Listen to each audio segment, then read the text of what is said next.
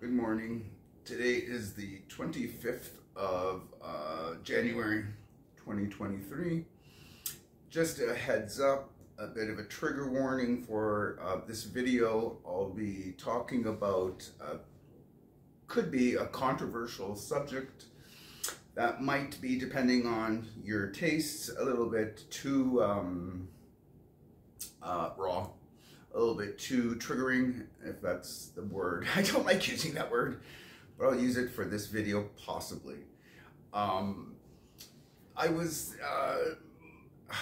Yesterday was a rough day. I'm actually doing a little better than I thought that I would be, considering how rough the day it was. But I got a new haircut. Maybe that's helping. All right. To distract from the pain that I was in, I was watching some trials. I watch a lot of real life trials by certain creators, put these out. I like the edited version, but mostly the trial itself. I was watching this certain trial which just irritated me and pissed me off. Okay, there we go. Like I said, trigger warning. Basically, what it comes down to in the raw sense of the word is, I call it the Gabby Petito syndrome. This woman, this couple, he liked to control his girlfriend with his fists, and to extremes. I mean, this is where the trigger warning comes in. This man thought it was okay to, she irritated him by calling him out on him having extramarital affairs. He didn't like this. So when she challenged him on this subject matter, he decided now is the time to put her in her place.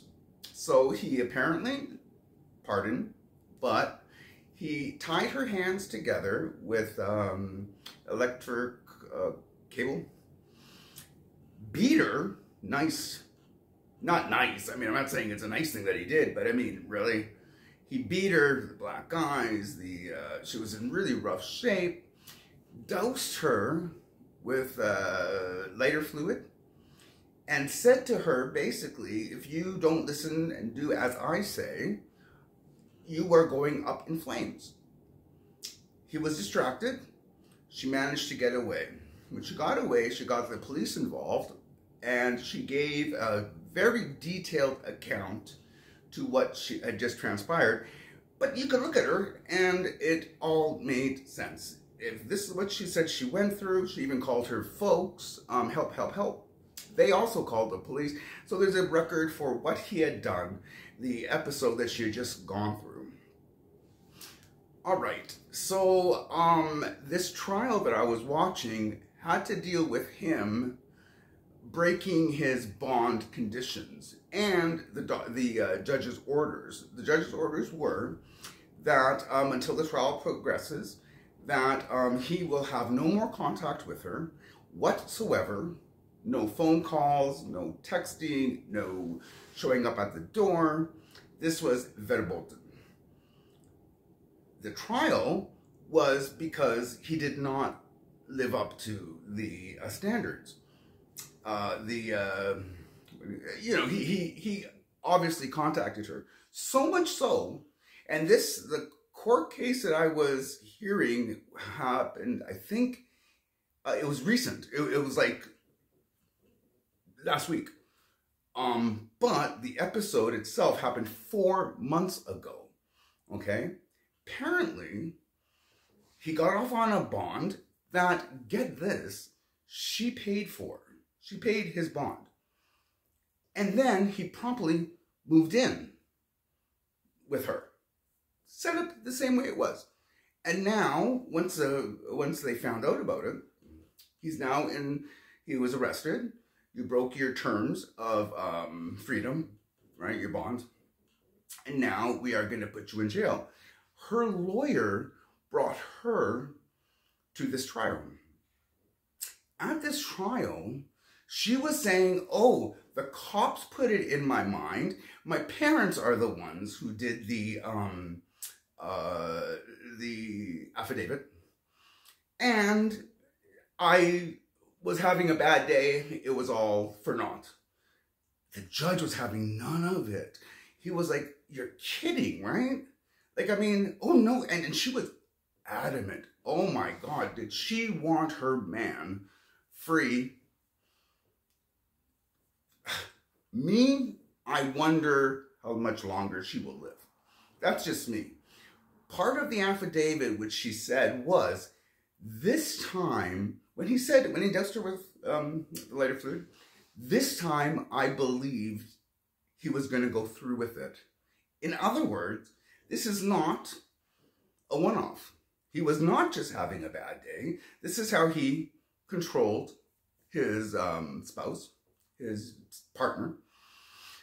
And she was defending him, taking the blame on herself, thinking nothing's wrong with her putting her house in refinanced to get him out. The bond was huge. It was like $10,000, and they don't have that much money. She did. He didn't, by the way.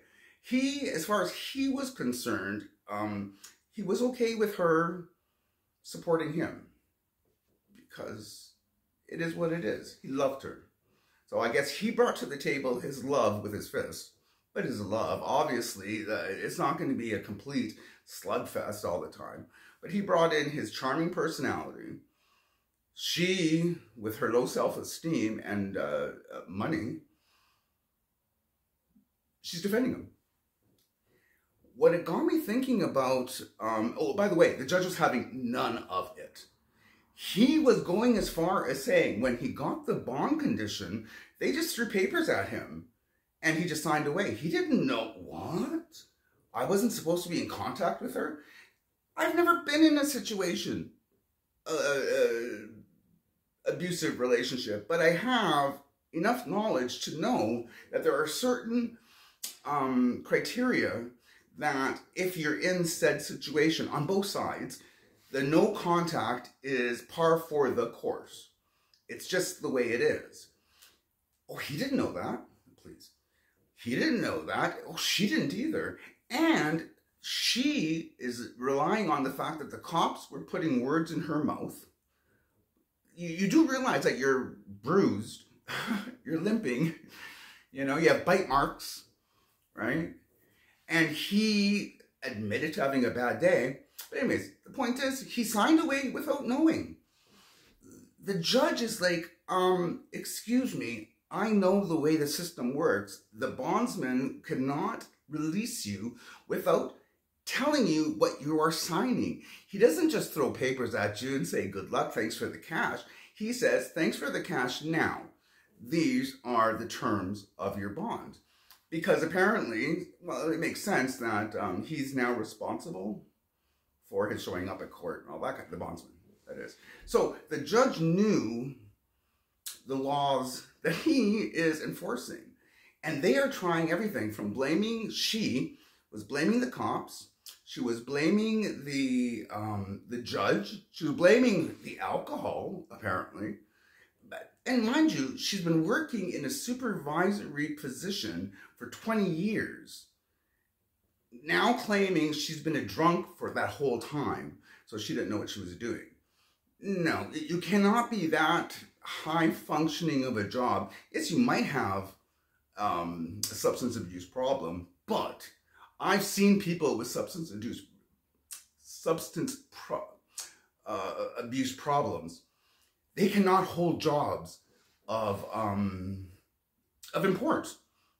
You know, they cannot be supervisory positions and remain in that position for 20 years if that were the case. I'm sorry, it's a little bit of common sense, but it's also human nature, right?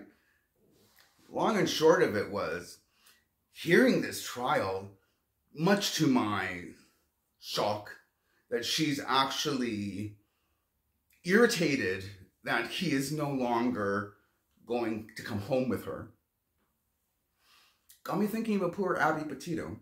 Abby Petito, if you're familiar, I think it was, what, a year ago, 2 years ago, she was in a similar situation where even a week before her life was ended, she was in an abusive situation on the side of the road where it was so stark, it was so shocking that strangers phoned in a 911 to the police saying, by the way, this is what I saw. When the police came to the couple, or Gabby Petito and her partner, they separated them and were talking to them where she, Gabby, was admitting and accepting almost total responsibility. If I wouldn't have pushed him, it wouldn't have happened. Logically, the police said, okay, like, you're the one with bruises, right? But for now, we will have you separated for the evening. We don't know where this is going. They set him up in a hotel. They were separated for the evening. And sadly, they saw the potential for what inevitably happened. Gabby Petito is no longer with us. Her partner also coming to realize what he had done, apparently. He had taken his life, and thus ends the syndrome. For me, I'm shocked that this is still an element of human nature, that there are people that will abuse other people for control. They drape it, they call it love. I'm not so sure that it is. Anyways, this trial did a good job of distracting me from what I had to go through, but it also irritated me. And now I'm irritating you. That said, that's what's going on behind the patch this morning. I hope you guys have a good rest of the day. I will try. It's going to be a snow storm this afternoon. Fingers crossed I can handle it. I got errands. Anyways, got to eat, right? Anyways, have yourself a good day. Talk to you later.